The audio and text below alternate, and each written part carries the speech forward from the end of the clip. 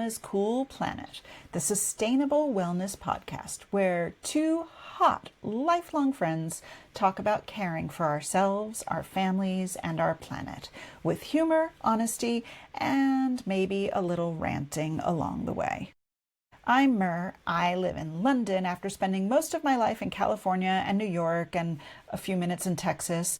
And I am a researcher and a storyteller and an art historian. I have a passion for hair and hair history and food and eating lots of food and playing with my kitty cats and wandering around unknown neighborhoods. And I'm trying to live a healthy life. I'm Mishi, and I live in a small bicycle town in California. I am a game developer of sustainable and wellness games, and I have a background as an educator. I taught game design in Singapore 10 years. I also have a background as an artist before that. I am the mother of Manga Monster, who is 11 years old, and we carried a mountain of maybe 20 manga books back to the library yesterday. So he loves those. And yeah, that's me in a nutshell. And together we are here to explore how personal wellness and planet wellness are always connected. So I want to hear more about this pile of books that you and Manga Monster brought back to the library. Do you go to the library often? What's your habit? I always loved going to the library when I was a kid, and that's something that Manga Monster has picked up. And he was, he just reads manga books like a little manga maniac. Hence the name Manga Monster. Yes. Zilla and I just returned from a week and a half long trip to America where we visited my family, and I am now suffering jet lag, and Godzilla is enjoying the spoils of American-style consumption. That's where we're at. Today, for our podcast, we'll be talking about whether self-care is a necessity or a luxury. But before we dive in, let's start with our little tiny pleasures ritual. So, talking about the little joys that made this past week better. Do you have something in mind? I do. I was thinking this morning, what do I want to share? And I had the most delicious watermelon this week. And I am not usually a watermelon person. I think it's kind of watery. But That's the name. Watermelon was so deep, dark red and sweet, not really that gigantic. It was so delicious. And I also looked up for the first time where watermelons are from. Do you know? No, where? They're from southern Africa, and they grew wild in the desert, and people used them for water. And then they cultivated them in Egypt, and they became sweet there, and people would get buried with them in their tombs. So wow. Anyway, that's my little watermelon fact for delicious, delicious watermelon this week. Godzilla is actually standing at the door right now, and just talking of moments of joy. Okay, don't show your face, kid, but show this face. So she made a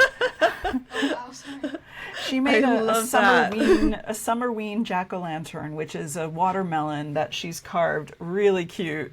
And thank you for bringing me this moment of joy.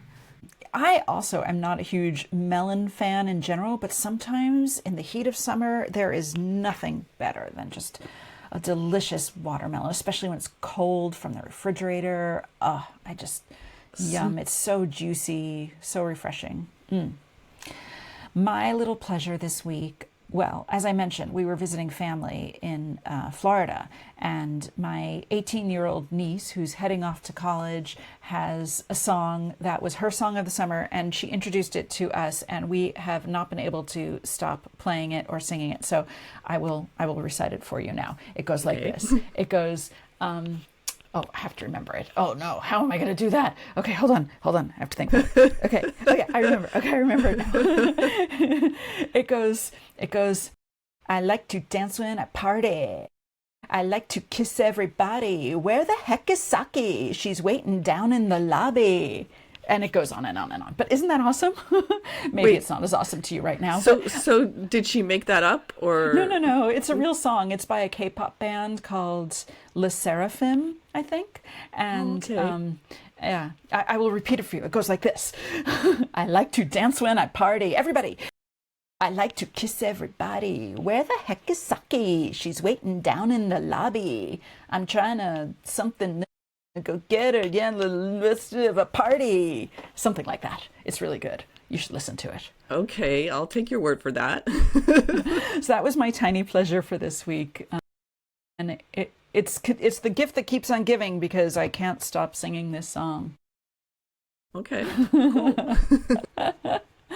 Okay, so I guess we're ready to move on to our exciting topic for the week, which is about self-care and whether it is a necessity or a luxury. And I know that you have strong feelings about this and your thoughts have changed over the years. So I want to hear from you, Mishi. I want to know, how did this topic first start to become important to you?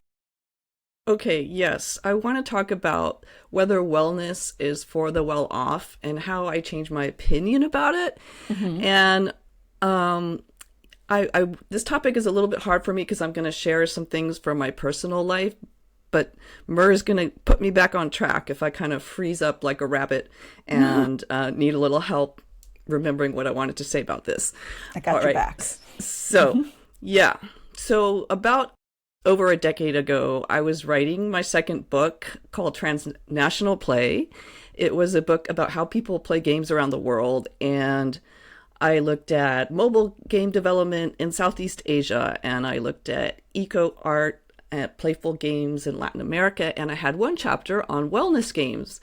And my opinion at that time was that wellness is a kind of luxury that is for the more well-off people in the world, because I was critiquing games that were looking at problems like flight anxiety and mental health. And I was saying these games are for people who have the luxury of these kind of problems. And they're not meant for people who have more difficult problems like making ends meet. And Can I interject a question yes. here? So were there no wellness games coming out of the poorer countries, or was it just that the wellness games coming out of every country was for more, elite kind of wealthier people? The wellness games that I encountered were targeted at problems like flight anxiety. I see. So yes, maybe more meant for more elite people that can afford to do things like take an airplane flight. Okay, But got it. yeah. Were they coming from all different countries, or were they all from like America and other, global north kind of wealthy nations? They were coming from global north kind of developers doing serious work, sometimes in other countries that were not so wealthy, but the developers were coming from the global north. I see. I get you. Okay, so then what happened? So, okay, and also in my own life, I, would work really hard, and then I would get a lot of stress from work, and I would need a break, and I would go on vacation. And I was living in Singapore at that time, and I would take vacations to Thailand or to Indonesia. I went to Bali a lot. So that's how I managed my stress, was with vacations. And, well, things got really difficult at work at one point. I had a lot of responsibility. I was in charge of an area, and I was trying to stand up for some female colleagues who were having some problems with one particular individual. And I also, my home life got difficult at one point. My marriage got very difficult. I was getting near a divorce. And so I basically was between a rock and a hard place. And I had my first ever mental health breakdown. And I kept thinking, if only I had gotten to this one vacation that I had already paid for me and my ex-husband and my sister to go to Indonesia, I wouldn't have had this breakdown. That was how I managed my stress, was with vacations. Anyway, fast forward, I moved forward with my life. I moved back to California with my son, and I continue to have some relapses. And I, for the first time, started to talk to other people who had mental health problems. And I was in this rehab facility where I was talking to people who had experienced episodes similar to my own. And I realized that these were not the problems of the wealthy. It's not something that you have workplace stress, and that causes you to have a mental health breakdown, which you could say workplace stress is maybe it's not a problem of the wealthy, maybe it's middle class, but people come from all different walks of life. I was talking to people who had family members who were former gang members who were coming in, their words, from the hood. I was talking to people who were coming out of really difficult situations. This one beautiful woman who came out of a human trafficking situation, really smart, really poised, amazing person, but her story was so difficult. And I realized anyone, when they're under enough pressure, they can experience a mental health breakdown from stress. And so I completely revised my opinion about whether mental health problems are a luxury of a kind of problem. And I also realized that there are things that you can do in your everyday life to prevent yourself getting to the point of having a mental health breakdown. There So are you mean coping like skills. you didn't need to wait for that vacation? You could have done things along the way, you mean? Exactly. I could have practiced better sleep hygiene, because that for me is a huge trigger when I worry about a problem at night and I don't sleep for a couple days. Yeah. I could have practiced better mindfulness and awareness of just appreciating the beautiful things in my life that are there no matter what kind of problems are going on. Like watermelons and K-pop songs. Yes, exactly.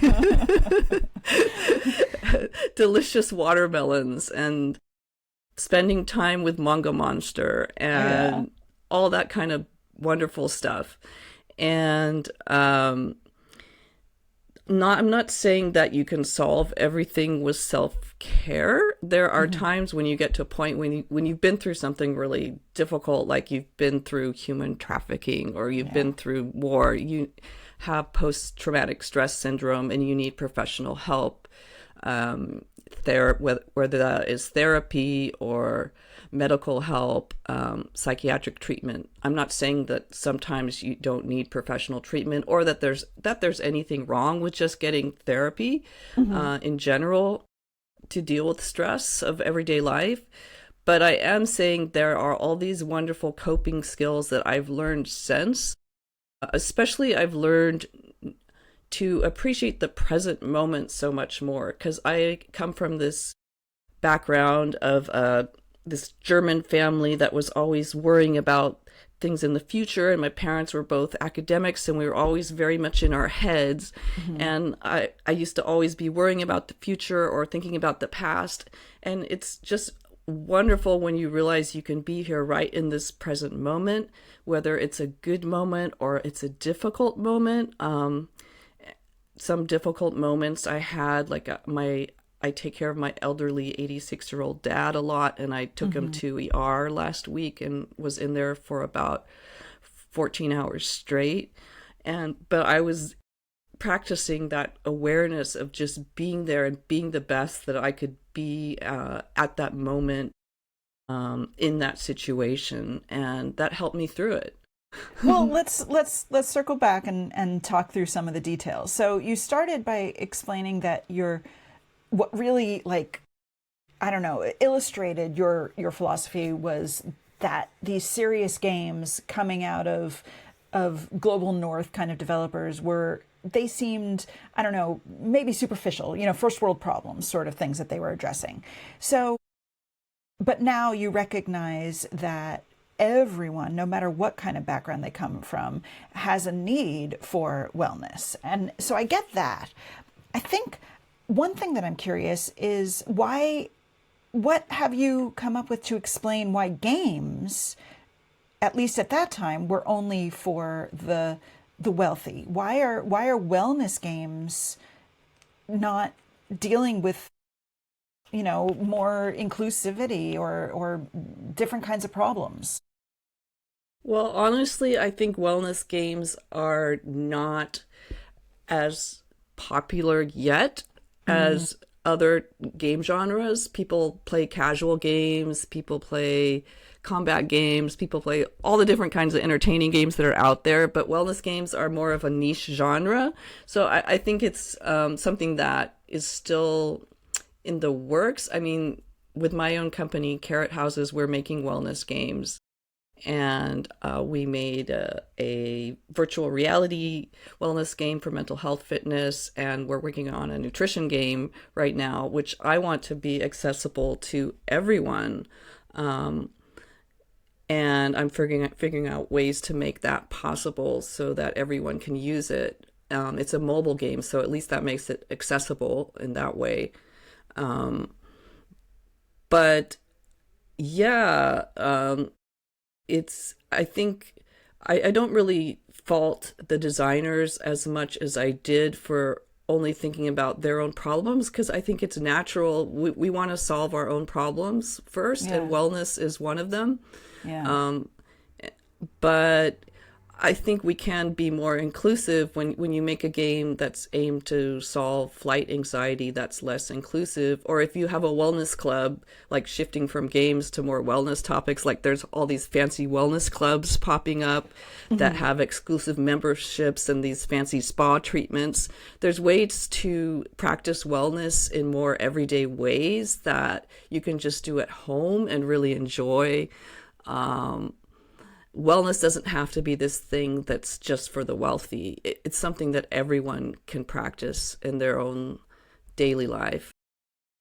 What do you do? How do you get started if you can't afford, if not a game, like, an app like Headspace or something, or a yoga um, routine kind of app? Like, how do you get started if you're not lucky enough to have access to something like that? Well, I picked up some tips along the way on my mental health journey. Um, there's a researcher in LA who has a free website that teaches you mindfulness and awareness training. His name is Dan Siegel. Hmm. And you can listen to that on your phone, and he brings you through guided meditations that are really good. Um, you can practice mindfulness anywhere, any moment of your day. You can listen to your thoughts, pay attention to your body, what it's feeling, pay attention to your senses, pay attention to where you have maybe stored emotions inside your body from challenging moments. You can take a moment in just your regular day. Even there's also a Vietnamese mindfulness writer. He's not with us anymore. His name's Thich Nhat Hanh, but I remember Mm. reading his book. I think it was called The Sun, My Heart, and he Hmm. talks about enjoying moments with children or enjoying everyday moments when you're washing the dishes. Even washing the dishes can be a moment to just relax and be there in the moment with that moment.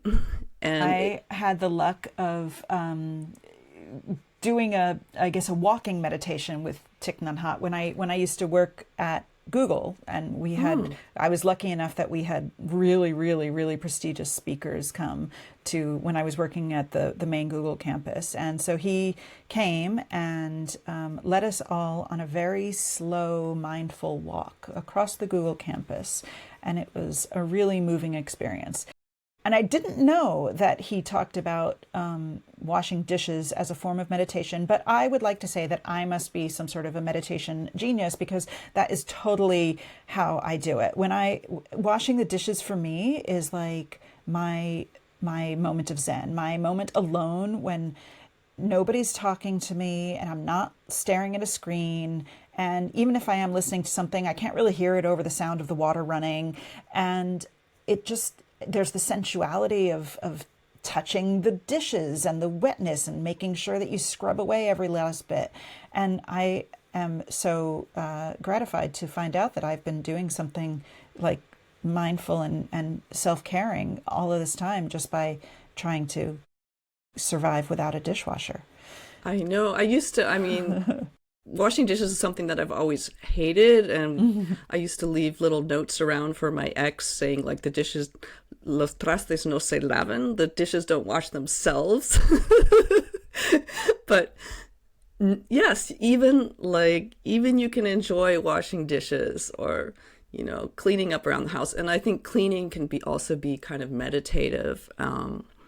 Just sweeping can be meditative, and I think cleaning is totally a form of meditation. And I notice this most obviously when I'm playing like puzzle games, like, the Tetris style of game, like Block Blast or whatever, because it's like you're bringing order into chaos and, you're just clearing things away. And I feel like, so nobody thinks of those sorts of puzzle games as wellness necessarily, but I do think that there's some sort of a meditative quality and something calming about clearing things away.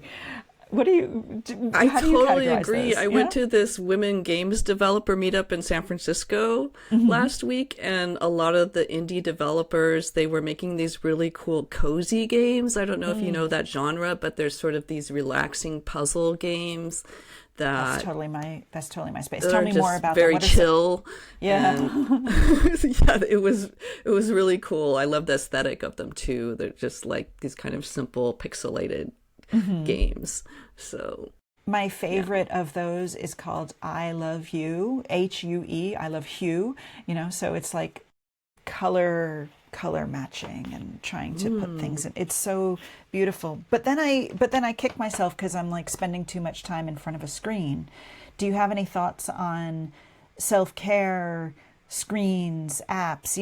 You're a game developer and you've thought a lot about spending time in front of screens versus touching grass. What do you think? well, I think about this a lot because of Manga Monster, and I try and limit his screen time because I know it's not good for him to get too much screen time. So we have a lot of board games that we play, or we just get out in the world. Like we went and flew kites last weekend, went on a little mini That's vacation nice. to the Bay Area because it was the last week of summer, and that was just really fun just to be away from a screen completely. Even though I love games and I build things for screens all the time, sometimes you have to do something else and be out there in the world and breathe the fresh air. So, yeah. So how do you know? Now that you realize that wellness is for everyone, it's not just for the elite, it's not just a luxury. How do you see the different levels of self-care, from casual gaming to just relax your mind up to I need serious mental health intervention and whatever's in between? Do you have some sort of a system for figuring out what you need? Well, I think there's a lot more that I could have done in my own life before my first breakdown to cope with my mental health, to coping skills, basically. Coping skills at work that I've learned since then, how to Share deal some. with conflict situations. What do you do? Because everybody has conflict situations at work. I know I do. Well, there's so much you can do. And one thing that's interesting to me, I learned about this in an accelerator that I was taking for entrepreneurs, is the victim, hero, villain triangle, where when you're telling stories, you often try to put people into one of those positions. And I tend too much to put myself in the hero position where I'm like, oh, I have to save other people from their problems. And sometimes you need to also take care of yourself, and you can't always be jumping in the middle of conflicts and be helping the underdog. So that's one thing I've learned. Not that you shouldn't help people when they need your help, and help can also be a very healing thing to do. Sometimes it's the right thing to do. But also I've learned to have a better separation between work life and home life, so that I just, like I said, appreciating those everyday moments in the moment, like not being too much in your head. Just appreciating that delicious watermelon that you're munching on and brings you to the present moment, and you're not thinking about whatever conflict it is that you are dealing with at work. So have you developed any, I don't know, daily rituals or something that you always practice now that are not negotiable for you at this point? Yes, I always exercise in the morning, and I always turn screen time off after 8 o'clock at night. And Manga Monster and I have reading time after that, just with books. Well, sometimes we call it the paper screen, but but yeah. So those are some rituals, and food, nutrition is important. It's important to nurture yourself and nurture your family, and that is so important. I find that's one of the warning signs for me: lack of sleep, not paying attention to nutrition. If I notice myself doing those things, then I realize that I'm not taking care of myself enough, and I might be heading for a mental health problems. So yeah, it's really important to notice what those, I don't know if they're triggers, but the warning signs at least. That's such good self-knowledge. How did you notice that those were the things to watch out for? Did somebody point it out to you? Yes, actually, I have a prevention plan now that's in place with a group of my friends and my therapist and my psychiatrist, and I have all the triggers there, and like preliminary triggers, more serious triggers, what to do. And so we have this whole plan laid out. Not, of course, that's for me because I've had a few relapses. So I just really have to take this all very seriously. But I think for regular people, just being more aware of what your triggers are for anxiety, and those can help you in the moment when you're aware of those triggers, help you not fall into patterns of conflict. That's great to have that kind of self-awareness. I don't know if I recognize what my triggers are. Do you have advice on how to pay attention to that kind of thing? Well, I think therapy has been great for me because I have had all this time in therapy to reflect on, certain relationships that are difficult for me, and what the triggers are in those relationships. So yeah, I recommend therapy to people, even if, they're not experiencing especially a large amount of mental health problems. It's just gives you so much self-knowledge. How do you find time for all of this? How do you find time to squeeze in exercise in the morning, and to turn all screens off at 8 o'clock, and to everything you do, to go to therapy? I find that I'm usually too busy for it unless I'm on vacation. What do you do? I make it into a pattern so I don't have to think about it. So it's not intentional. It's just I wake up and I exercise, or it's 8 o'clock, screen time's off. And it's not that every single time, if there's some reason really urgent that I need to use my screen after 8 o'clock, I can do that. Yeah. But it's a pattern.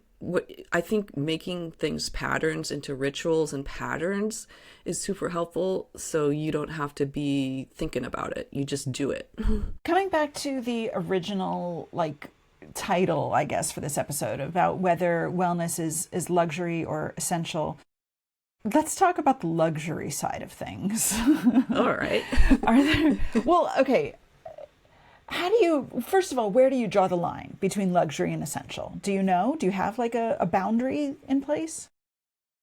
Well, of course there's extremes, and I have had my share of enjoying what to me were super luxurious moments, especially when I lived in Asia and I traveled a lot because I was a budget flight away from all these amazing places. That is awesome. Yes, I know. I am the envy of all of my American friends when I'm like, oh yeah, I just took the train to Paris, la la la. And I when I used to live in Singapore too, although less time than you did. Yeah, just getting to be like, oh, here I am in Bali, la di da. It sounds so glamorous, but you and I both spent most of our lives in California, and there's beautiful places around there too.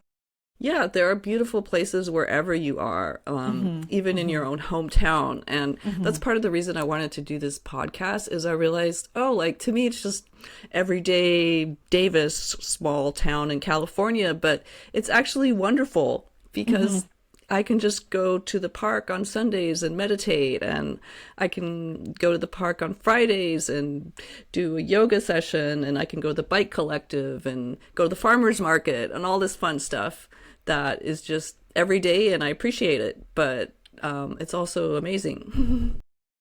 So the luxury things. Yes, back to luxury. Yes.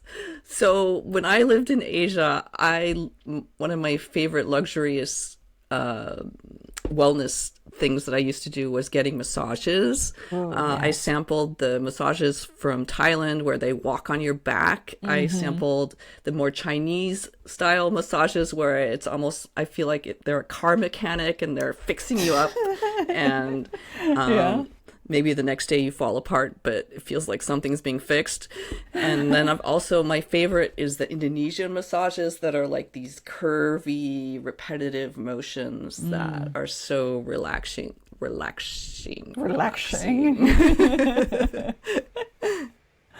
Yeah. Oh my gosh. What's I your love a favorite good massage style?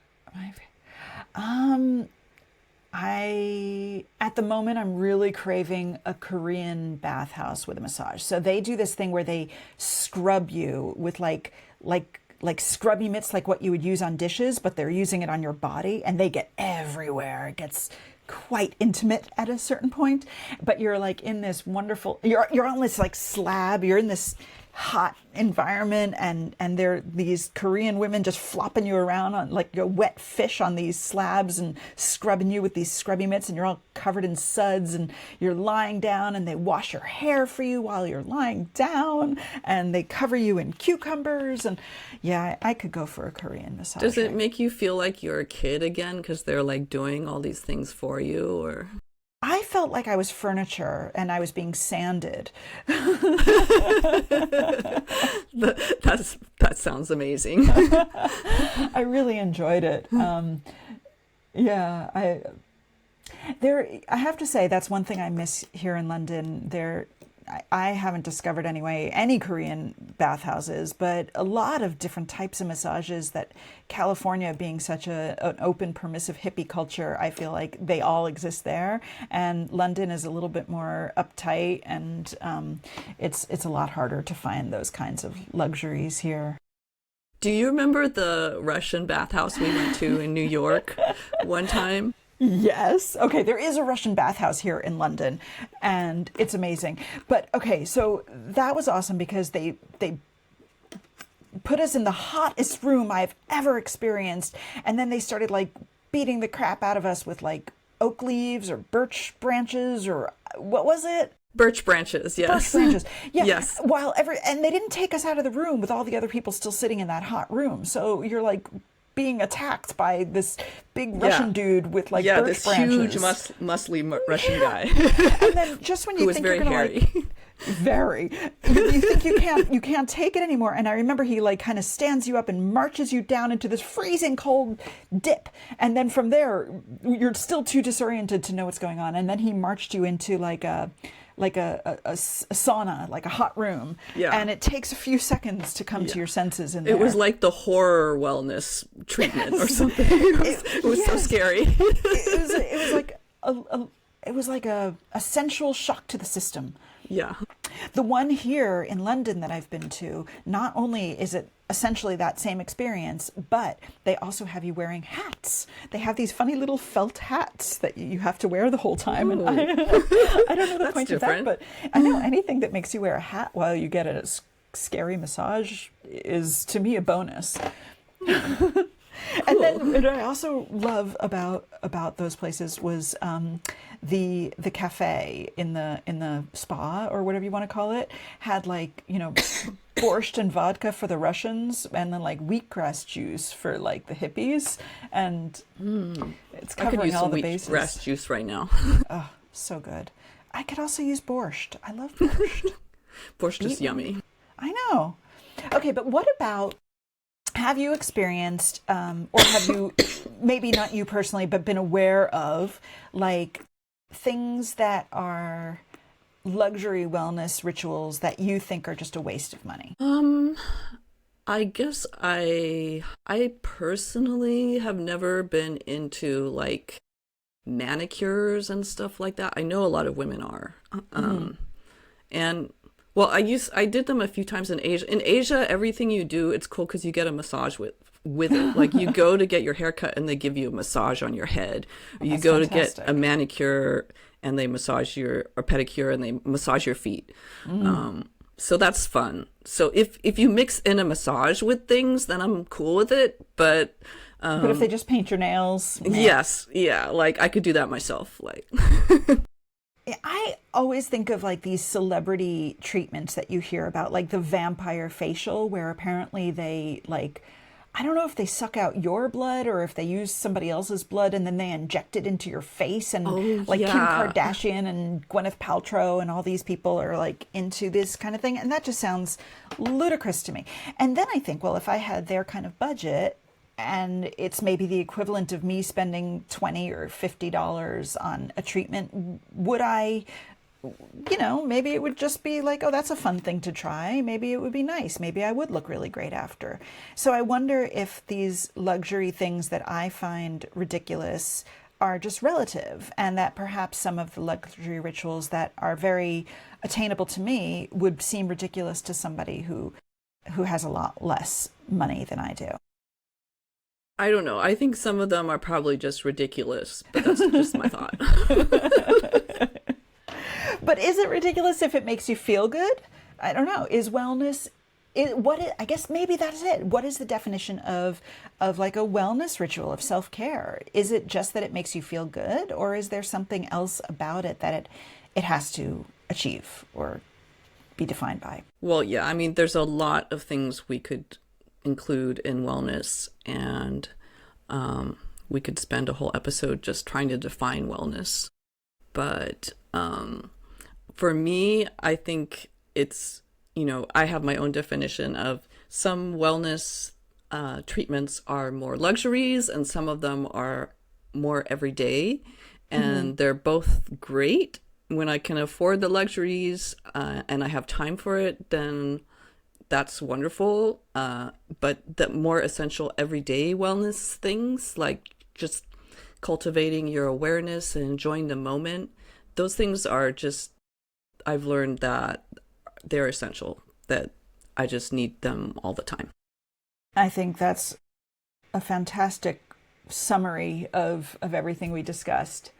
Okay, so you really just summed it up there, but I want to ask you, what is one small step that people can start with? One small step would be, I would say, like we were talking about, like each day practice on enjoying something that you're eating in a really mindful way, and really just appreciate the texture, the taste, and be there with it in that moment and enjoy food. Oh, yeah. Yeah, these sensual pleasures, food, sleep, showers, dishwashing. Yeah, breathe into them, right? Yeah.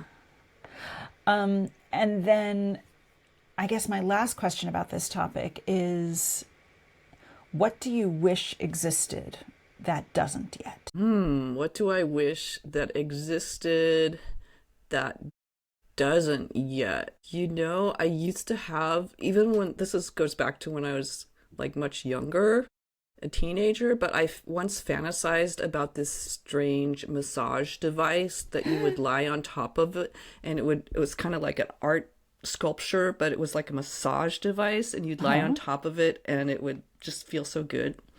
I don't know. Not like a vibrating bed, but something different? Yeah, the shape of it would like conform to your back Oh. and feel It would really like cool. blob around. Yes. Why haven't you invented this yet? I want to lie on it. Well, I thought about it, but then it would have to be different for each person's body. So yeah, it wouldn't scale up. I see. I see. So, and is this like a sexy thing you're talking about, or is No. why not? I guess it could be, but yeah, that wasn't where I was going with it. Okay. All right. So let me see if I can attempt to summarize all the wisdom that you have imparted. Which, all right, I'm here. Here's what I took away as like for me the most important thing, which is that like there are loads of luxurious self-care habits you can do, and you should do them whenever you can, but what's really essential is that you take care of yourself on a daily basis, on a regular basis, maybe more than daily. And you can do that in tiny and free ways, mainly by just being aware of what's going on around you and living in the moment. Did I get that right? Yes. Did I miss That's anything? a beautiful summary. Yes. I just want to share, I wanted to share what I've learned so Well, far. you've been through a lot, and you've really changed your mind about this. And I think that changing your mind is a hard thing for a lot of people to do. Yes. Yeah. I have come full circle on wellness. Mm-hmm. Yeah, and I think, I guess probably for anyone who might be listening to our podcast, they already had to be attracted to the idea of wellness, just based on the title. But I think it's really valuable to know that we came from our own lives, and you have totally transformed your perspective of wellness, and I guess I haven't really gone very much into my story of wellness, but I spent a long time working for a nutrition company, and I think nutrition's really my main entrance into all of this, with a lot of family members who battle with weight and my own self-image kind of issues and things. And then just trying to be like a calm, collected person in this world that seems increasingly crazy. It's just nice to have someone to talk to who's not just a super duper expert, but has come around from their own experiences. Yeah. So that, do you have any open circles, any open loops that you want to close, either in this conversation or anything that happened during the week, or any pain that you want to put to rest, or I don't know, anything you want to close business on? I just want to put a plug out there for, first of all, self-care and all the kind of things we've been talking about, wellness to manage stress and deal with all the kinds of things that cause us stress out there in the world, in politics and in daily life and relationships, and just really learning to take care of yourself, but also to recognize that sometimes we need more help than that. And sometimes we need professional help, sometimes we need therapy, and sometimes we need psychiatrists, and sometimes we need outside help too. So, and I think, what we want to do here with this podcast is talk about things from our perspective as everyday people who have a lot of expertise, but also who are just everyday moms and trying to cope with everything that's out there and share what we've picked up so far. So yeah. Cool. The one thing that you said that I really, really want to try, but I am suspicious that I will never succeed, is this 8 p.m. moratorium on screens. I'm going to propose that to my family and see how much they laugh me out of town. But but maybe we can institute some sort of a policy. I think that would be much healthier for us. I mean, the paper screen can be amazing, so paper I highly screen, I like recommend it. Awesome. That's probably about it. So thank you for joining us on Hot Mama's Cool Planet, listeners. If you enjoyed our conversation today, you should share it with a friend. Subscribe wherever you listen to podcasts and leave us a review. It will help other people to find this show. See you next time. I'm going to stop recording.